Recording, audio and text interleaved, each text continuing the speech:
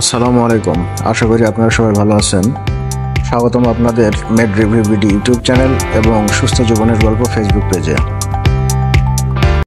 সুন্দর ত্বক, সুন্দর মুখ, এই চাওয়া আমাদের সবার। আর মুখের ব্রণ, দাগ আর ফুসকুড়ি অনেক সময় আমাদের আত্মবিশ্বাসে ভাঙন ধরে।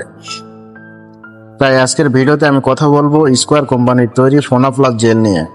এটা কিভাবে কাজ করে, কারা ব্যবহার করবেন, পার্শ্ব প্রতিক্রিয়া কী কী হতে পারে, সবকিছু জানবেন একদম সহজ ভাষায়। তাহলে চলুন শুরু করা যাক। তার আগে আপনারা যদি আমার চ্যানেলে নতুন হয়ে থাকেন তাহলে অবশ্যই আমার চ্যানেল এবং ফেসবুক পেজ সাবস্ক্রাইব ও ফলো করতে ভুলবেন না। এবং আমার ভিডিও যদি আপনাদের ভালো লাগে অবশ্যই লাইক, কমেন্টস এবং শেয়ার করবেন। তো চলুন জেনে নেওয়া যাক ফোনাপ্লাস জেল কি ও কেন ব্যবহার হয়।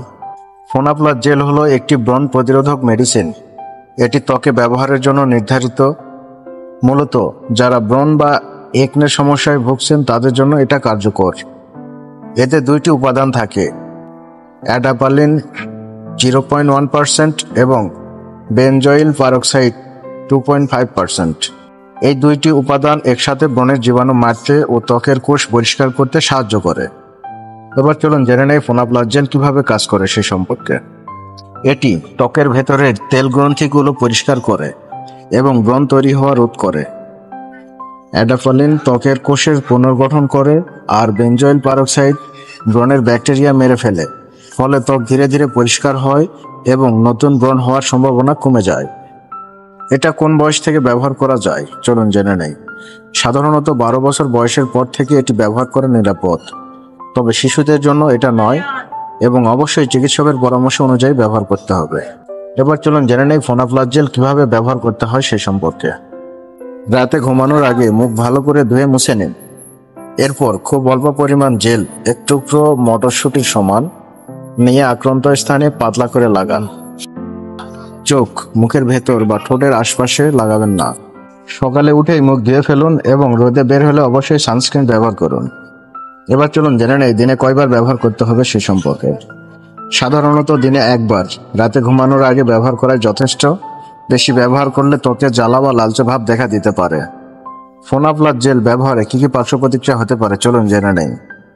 হালকা জ্বালা বা চুলকানি, ত্বক লাল হয়ে যাওয়া, শুষ্কতা বা চামড়া ওঠা, কখনো কখনো র্যাশ বা পিলিং। এই সমস্যা হলে ব্যবহার বন্ধ রেখে চিকিৎসকের পরামর্শ নিন। এবার চলুন জেনে নেই কারা এই জেল ব্যবহার করবেন না সেই সম্পর্কে। যাদের ত্বক খুব বেশি সেন্সিটিভ, যাদের অ্যাডাপালিন বা বেনজয়েল পারক্সাইডে অ্যালার্জি আছে, গর্ভবতী বা বুকের দুধ পান করাচ্ছেন এমন মায়েরা চিকিৎসকের পরামর্শ ছাড়া ব্যবহার করবেন না। এই জেল ব্যবহার করলে ত্বক ফর্সা হয় কি? না, এটি কোনো ফেয়ারনেস ক্রিম নয়। এটি শুধুমাত্র ব্রণ ও দাগ কমাতে সাহায্য করে। ফর্সা হবার জন্য এটি ব্যবহার করা ঠিক নয়। এই জেল ব্যবহারের সময় কি কি সতর্কতা মানা উচিত? রোদে বের হলে অবশ্যই সানস্ক্রিন ব্যবহার করুন। মুখে অন্য কোনো শক্তিশালী ক্রিম বা স্কিন কেয়ার প্রোডাক্ট ব্যবহার করবেন না।